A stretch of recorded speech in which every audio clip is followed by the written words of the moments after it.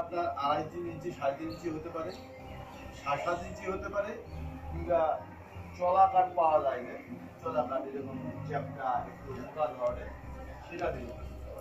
যেটাই আমরা এর ভিতরে দিই সেটা যেন অবশ্যই ভালোভাবে বসিয়ে দিই, যেন একটা মাঝখানে আরেকটা ফাঁকা না।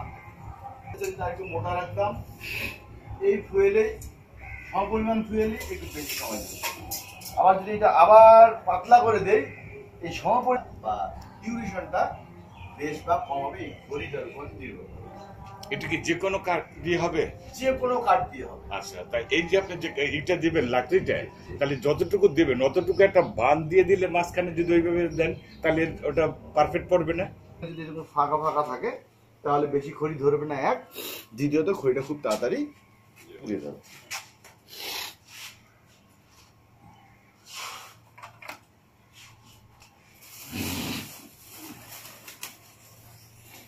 আর একটা জিনিস, আর ওইটাও ঢালে হবে না।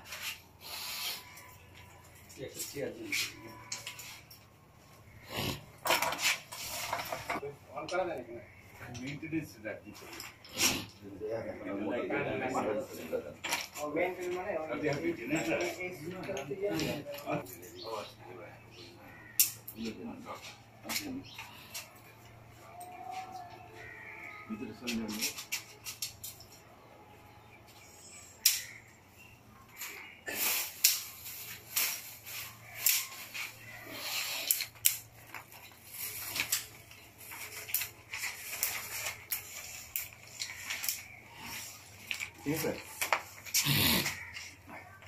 এখন আমরা এটা একসাথে জানিয়ে ছবিটা বিরাজ করব।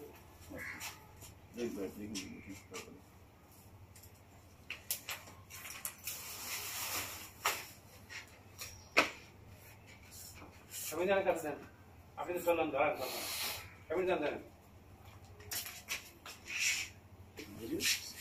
সাইড দিয়ে ধরাই দিতে হবে চারদিকে গোল করে।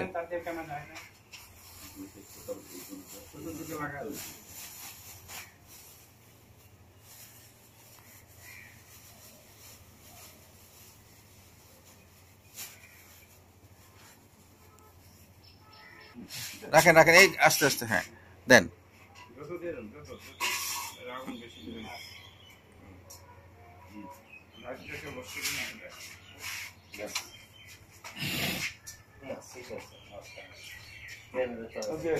রান্না শুরু দিয়ে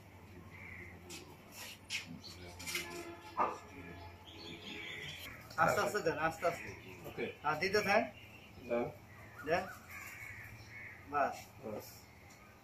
আর কিছু দেখ, তারপর আর একটু কমাই দেবো। এটা কিন্তু ভিতরে না, আগুনটা তৈরি হয় এই সব জায়গা থেকে, এই লেভেলে আসার পরে দুই জনের ব্যাপারটা আগুনটা তৈরি হয়।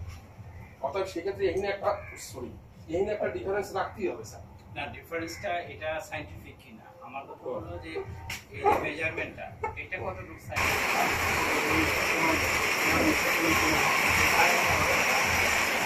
আমার পরিমাণটা নিয়ে বলে এখানে এটা যখন পড়াবেন আপনি তো ভিড়টা বেশি উঁচু হচ্ছে, এটা সম্ভব না। আপনি এখানে বললেই ঠিক আছে, ওটা কোনো সমস্যা অবশ্যই আছে, অবশ্যই এই মুহূর্তে আপনি ওটা দিয়ে ইয়ে দাও।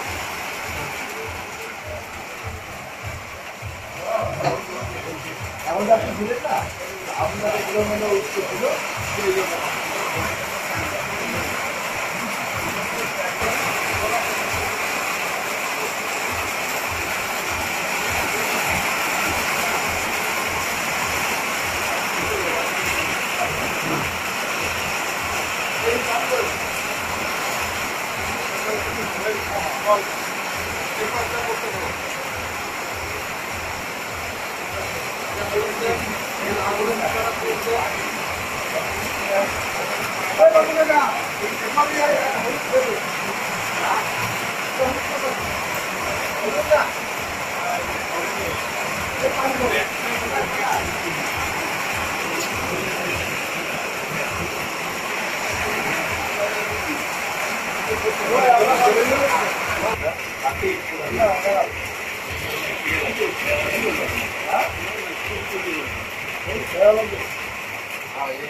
বেড়া দিয়ে লাভ নাই তো, বেড়ার সমানই তো উঁচু আছে।